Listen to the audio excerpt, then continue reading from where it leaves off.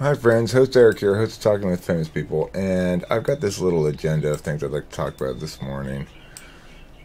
Sometimes I just feel, as I've said before, I need to make a video that gets things organized a bit that are running around my head. So the first thing I want to talk about is OP functions and Benjamin. And I don't doubt that Benjamin's a smart guy, and that with a little bit of attention to critical thinking, that he can understand things a lot better than he currently does. But in his status quo, he is quite demonstrative of the risks of poor or untrained or weak TI, one of the three, I'm not sure which. So let's look at it. OPS uses cognitive function theory and explains the mechanics of human behavior in a much deeper way. You are arguing against things like Enneagram and Big Five here, not OPS. Know thy enemy. You don't even know what you are arguing against. The masculine-feminine distinction is not even the most major part of the theory. It's what brings the 128 to 512. When you start arguing against something, you should start with the more basic principles before arguing against the advanced distinction. Start with the 16 to 32, not the 128 to 512. Unlike you actually took the time to learn the system and am now in the process of comparing it to SE reality. Yes, reality. You know that thing that confirms or rejects theories? That's why I'm doing interviews on my channel. My first response to him was to respond to his previous claim, and I think this is actually a very cogent point, which is, you're the person who didn't think the claimant had a need to substantiate the claim. In his previous thing, he said, I don't know if he deleted that comment or not, but he said that I have to disprove subtypes. He doesn't have to prove them. And this is the same argument again he's making here, except from a different angle. He's saying, I don't know what I'm arguing against. So it's like, well, I don't know the justification for the subtypes adequately, presumably, so I can't possibly refute it. So my first response was, you're the person who didn't think the claimant had a need to substantiate the claim. Without that basic reality down, you aren't thinking well about this. And that's true, Benyamin, Sadik. If you aren't critically thinking correctly, you're going to continue to get the wrong answers. So, for example, if you go through life thinking that it's not the case that the person making the claim has to substantiate it, then you're going to get everything wrong. Because that's like really, really basic beginning understanding. Otherwise, if there's no burden on the app, then there's no way to communicatively resolve anything in dispute at all. Okay. So, well, Benjamin didn't like this response because it wasn't addressing his points in this comment. He called me out on it. And he said, amazing debater you are. You're not even arguing against my points. Where'd you learn this skill? Your TI? Well, I don't learn things from my TI.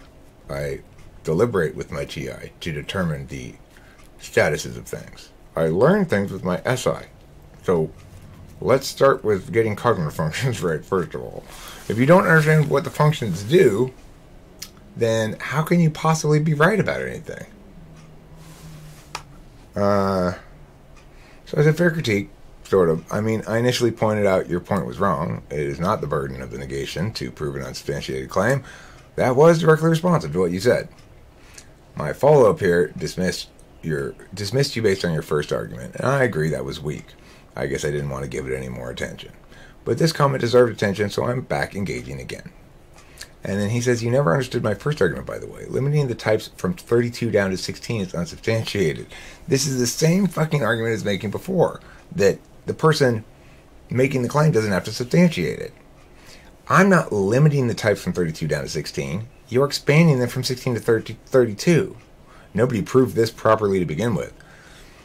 I explain here. You got it backwards. If you can think of additional attentional manners besides 8, go ahead and list them here. Remember, an attentional manner is a process that relates objects to each other and the observer, and that either puts, gets, or receives information or interfaces with the environment. The 16 follow from that. It's not a limitation to 16, it's the emergent reality of 8 functions, 4 conscious, and the firm limit on kinds of interaction.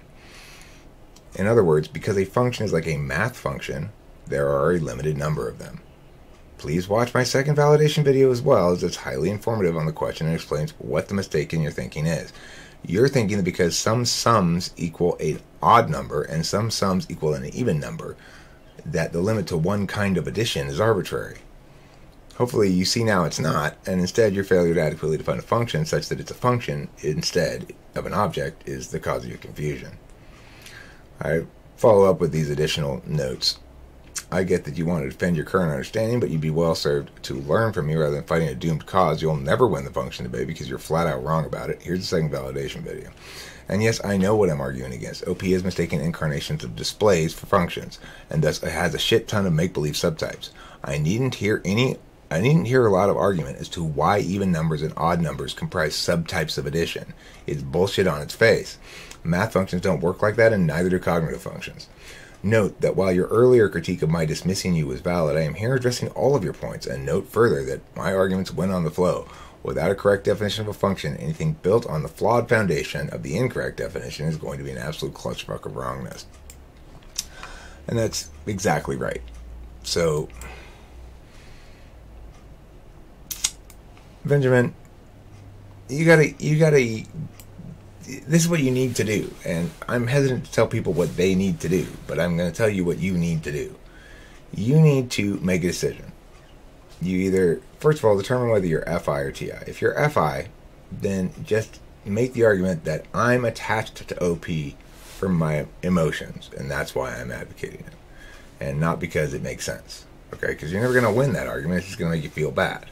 If you're a TI user, then it's time to jettison Dave's superpowers bullshit and come learn from me instead. Because, first of all, I'm not charging you anything for a class. And second of all, I'm right and he's completely wrong. So it obviously makes more sense to come adopt my understanding of it. Now, I know you've got some shit invested into this now. You've got a YouTube channel where you interview people about OP, but all that does is reveal how fucking wrong OP is. I mean, I watched this video where this lady, you guys had typed as ESTJ, some kind of weird subtype of ESTJ, says, I'm sure Eric would arrest me. I guess I am an ESTJ. She's like baffled by it because it makes no sense.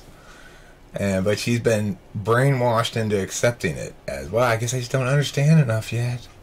No, you understand plenty. You understood a lot more before you went into that class than you do now, lady.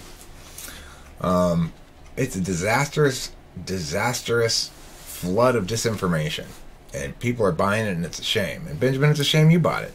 Now, if you are an FI user and you just want to be attached to it, then fine. Go ahead. You're already attached. It doesn't matter to you if it makes any sense or not. And you clearly have no history, at least, of thinking well. Thinking well begins with the realization that there's a distinction between people making a claim that is a change to the status quo, which OP is doing, and things that retain the status quo or represent the status quo in contrast, as in what I'm doing represents the status quo in contrast on the issue of number of types. There are 16. There are not more than 16. There are different manners of display that a given type might have. That doesn't mean there are subtypes. Simply because we can draw distinctions between things doesn't mean they're of the same class. And a function is a class of object called a process that is not in and of itself an object, but rather relates to other objects and an observer, or interfaces within an ecosystem accordingly. It's a way of taking action upon the world. It's a way of manifesting identity on the world. So, okay, that's enough about that. So, Benjamin, you're wrong, and it's okay. I've been wrong. Lots of people are wrong. Not a big deal. Don't get attached to it. Don't let it pull you down to the bottom of the ocean. Unless you're an FI tool user, in which case, forget about it. Don't even bother. Don't bother with the TI at all. You're just going to get embarrassed. Songwriting video. Somebody said they'd like to see a video of my songwriting process. So I decided to try to do it. And I got this song in the process, and it's very strange for me because it feels like not a real song. Like, there's no impetus to make a song except for somebody saying, I want to see how you make a song. And so it's like, in some sense, it doesn't have an organic impetus. It doesn't have an organic drive towards its own completion. But, and I don't think it's the world's greatest song or anything. I have maybe a slightly lower standard of acceptability because of the context. I've got all this fucking footage of me working on it. It's like hours and hours and hours. I don't know how I'm going to make the video. It's going to be a big project. Except I think I'll probably do a lot of it at like double time or quadruple time or whatever. So that it goes through the boring parts very quickly rather than just cutting it out. Anyway, I'm going to play a little bit of what it sounds like so far so you can get a sense of what I've gotten accomplished on it. I don't remember exactly when it was, a couple days ago maybe, that somebody said this, and I've been working on this. I worked on it yesterday, and I got up this morning and worked on it some more. Let's listen to it.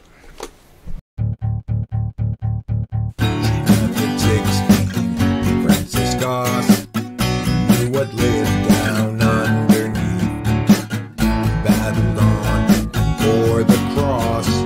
She gathered up her lover lost. They had to overwinter such rations adequate for two, and dwindled down just a few. They broke the snow on April 3rd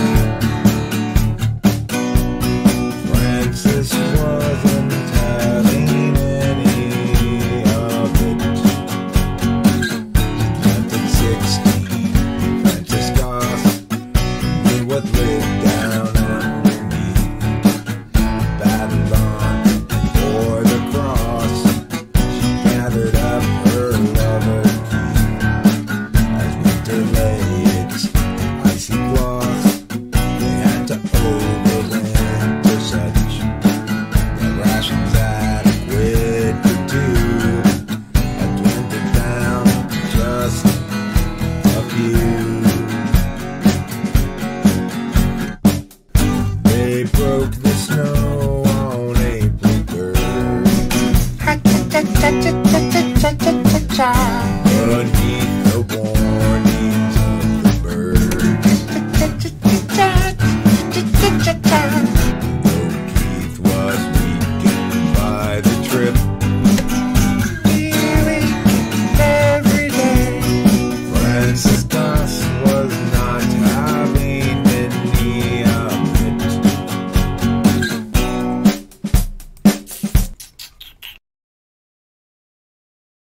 So, okay, now, I'm playing that song now knowing that it doesn't sound very good in its current incarnation.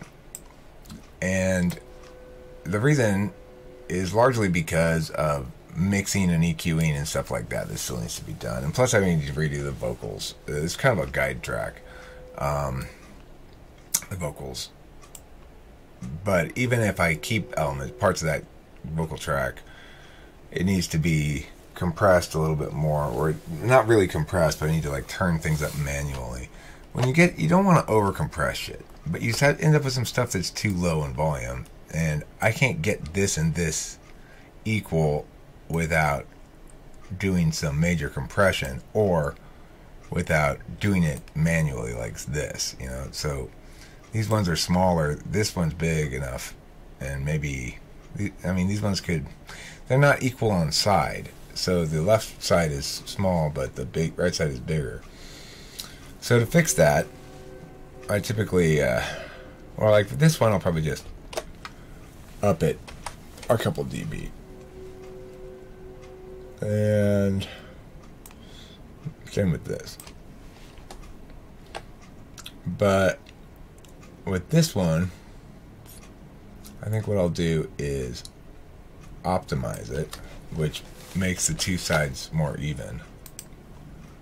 And then I'll do this compressor, and then I'll reduce the volume. -3. This little piece right here is still too big, though. I mean, it's like I don't like the fact that this piece sticks out so much. So I'm gonna -2 it, and yeah, it's a little bit better looking. But see, everything prior to Goss is still too low, so I could bring this down.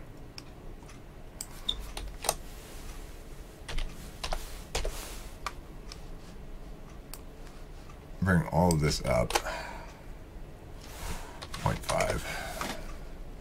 Bring this down. This is the kind of shit you gotta do if you want it to really sound good. It's kind of, not just kind of, it's sort of super annoying, but it's just how shit goes. It's frustrating sometimes, but one does what one has to do to get it to sound right. So now I'll go here. Let me optimize these again, and then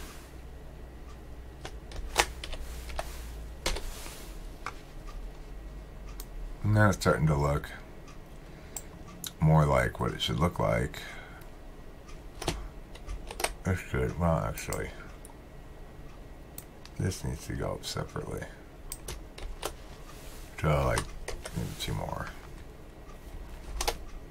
That's fine. This one's too low.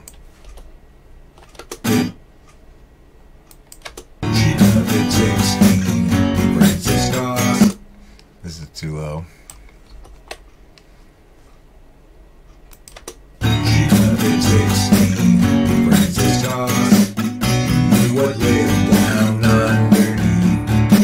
Okay, so now it's starting to sound a little bit better. So it's like, that's what you got to do. And then I got to EQ the guitar to take out a little bit of the vocal range. I'll usually put this at 2100 or so, because my vocal range is a little bit higher than 2000. In general, is like the pocket of it. And this is a lower one though, so this is a low vocals, but I'm still going to take this out at 2100, and I'll make this like minus 1.5, and I'll make this small, like 0.2, and that means it's just going to cut a small amount of EQ in a narrow band. There you go. There. And then sometimes I'll do it here too.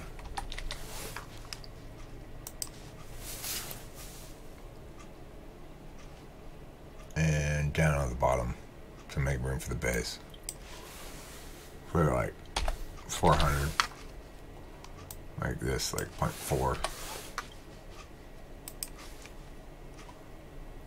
The guitar won't sound as good if you listen to it alone as it does when it's not EQ'd, but it'll sound better as a whole.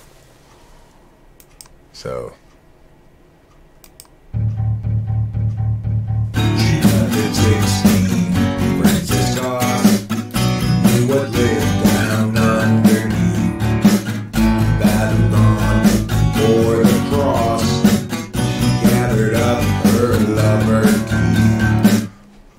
coming together a bit, you know.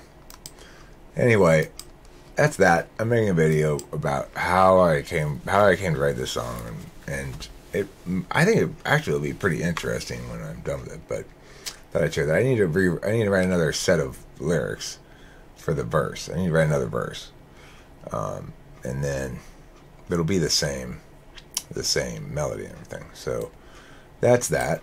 Let's go on to the next thing on my topic list here. The 5-2 issue. I'm curious and thinking more about the relationship between the 5th slot function and the 2nd slot function of somebody who's got the same function respectively in those two slots. So, for example, my fifth slot is NI, and ENTJ or ENFJ's second slot is NI, and I feel like a certain amount of maybe disrespect for how they use NI, even though it's not a conscious function of mine. I feel as though I understand it better somehow, and I suspect that the same thing is true for everybody with that in that relationship. And so I suspect that ENTJs, they look at me, and ESTJs, and they think I'm not using my TI correctly. In other words, they understand TI as a necessary balancing element to the TE, that's their dominant nature, and I see it as contrary to TE. So in other words, because they can coordinate the two successfully when they do, more so than I ever can, TE and TI, then they're kind of right in that I'm not using TI in as nuanced a fashion as a TE dom will. And it explains why ESTJs and ENTJs and ENTPs and ESTPs will butt heads a lot, because especially for the ENTJ and ENTP, it's flipped, and for the ESTJ and ESTP, it's flipped. So I mean, it's the same, obviously the butting of heads is going to be built around the idea that one person is getting it fundamentally wrong, in terms of, it's like they're using it like a club. I think of ENTJs as using NI like a club, and I think of it as being a samurai sword, and I think, Jesus Christ, that's not how you're supposed to use that fine weapon. You're not supposed to bash people over the head with it. You're supposed to slice their heads off. Anyway, I think that ESTP would have the same relationship with ESTJ. And it's true for all the 5-2s like that. That's my guess, my thought, my musing. Ruben, Kim, and Eric. So Ruben's gone. We got rid of him last night. Made him take his dog and his bags and pack on out of here. We tried to help him, let him stay here for a while, and tried to encourage him to turn over a new leaf from the various problems he'd gotten into that rendered him homeless. But Kimberly got very frustrated after a while because she didn't see him following through on shit enough and stuff like that, and had a clear vision in her own head of what he ought to be doing and what she would be doing in his comparable circumstance. But by the time the end of it came, I was just so tired of listening to Kim complain about it. But here's the thing. It's a great example of Kim using her 8th slot role in I to collapse the whole fairly complex issue down into he's a moocher. He's just taking advantage. He's various NI truths. And ultimately, it's what she needed to do to move things along to make her happy. And she was getting increasingly unhappy because she has a history of dating men who mooched off her and stuff like that. So she's very sensitive about it. Meanwhile, it didn't really bother me because I knew as soon as it did bother me, he'd be gone. And there wouldn't be any struggle over that. But then this past weekend, I was like, okay, well, I talked to him. I was like, okay, well, what's going on here? Do you have a plan even? I mean, what have you been doing? As far as I was understanding, you ought to have been figuring out, you're getting an apartment and getting, a full-time job and stuff like that. And he's like, well, I've got this. I said, okay, well, you can stay here a couple more nights, but I need you to, if you want to do that, then you're going to need to do some things around here that need to get done. Kimberly's got some things she needs to have accomplished, and she wants me to do them, and I don't really feel like it, so If you want to stay here for a couple more nights, you can, but you need to do these things. And he agreed to it and then didn't make any effort to accomplish them. And at that point, he was gone because he had not dealt with me in good faith, and that was a big mistake. I mean, he would have been gone anyway because Kimberly wanted rid of him, and so I was going to jettison his ass regardless. But I take an example of Polar and I. He didn't ever quite understand what the singularity here was, and Kimberly used her own understanding of the singularity to make it impossible for him to stay, because by making my life miserable listening to it, her complain about it all the time. Okay, next up is priorities. So right now I'm making this video, which might be said to be not very high of a priority, and in part that's why I'm making it. I hope after this to do maybe a tournament video or a type police video. Those take a little bit more effort, but they do well, and I